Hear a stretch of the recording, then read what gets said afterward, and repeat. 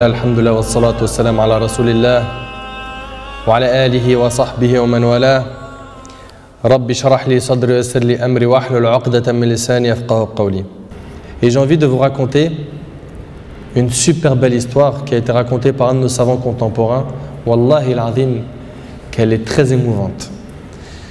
C'est l'histoire d'un homme qui a dit à sa femme: et si on allait manger dans un restaurant? Elle lui répondit: non, je te propose plutôt d'aller le demander à une autre femme. Moi, je ne mange pas au resto avec toi, va manger au resto avec une autre femme.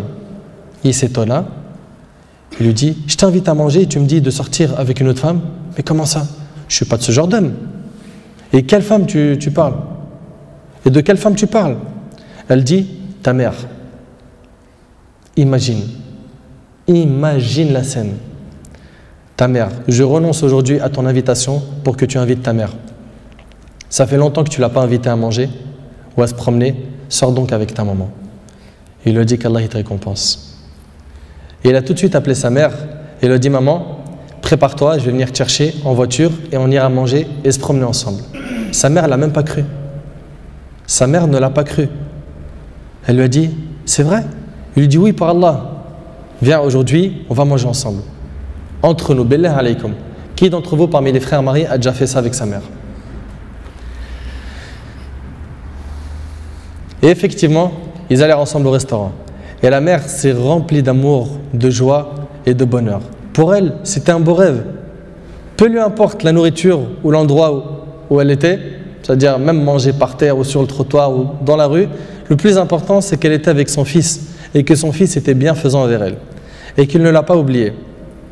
Qu'il ne l'a pas négligé en s'occupant de sa femme et de ses enfants, et elle passa un jour avec lui qui était l'un des meilleurs jours de sa vie. Elle lui dit au retour, l'homme dit à sa mère au retour: maman, tu es contente? La sortie t'a plu? Elle dit: oui, wallahi, c'était masha'Allah. Elle dit: oui, qu'Allah te récompense. Il répondit: Inch'Allah, je le referai. Elle dit: non, Inch'Allah, la prochaine fois, l'invitation viendra de moi. Il lui dit: Inch'Allah. Et des semaines et des mois passèrent. Le frère a été occupé, puis sa mère tomba malade et mourra. Qu'Allah lui fasse miséricorde. Son fils était très triste. Et quelques jours plus tard, il reçut une invitation au restaurant pour lui et une autre personne, et cette invitation était déjà payée. Étonné, il se demanda de qui vient cette invitation déjà payée.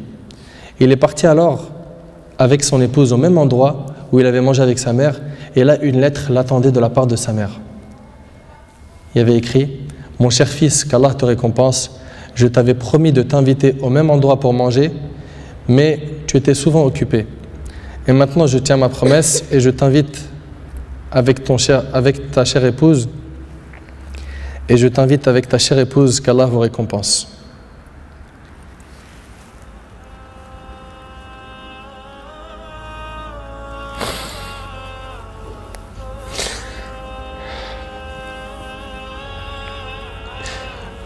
Wallahi mes frères, la valeur de la mère, elle est très sacrée. Faut pas la mettre en colère. Cette histoire d'amour entre cette épouse et sa belle-mère est magnifique. J'espère que nos frères et sœurs vont tirer des leçons de ce genre d'histoire d'amour entre les épouses et les belles-mères et d'essayer de reproduire ce qui s'est reproduit dans cette histoire. C'est qu'après le décès de la mère qu'on connaît sa valeur.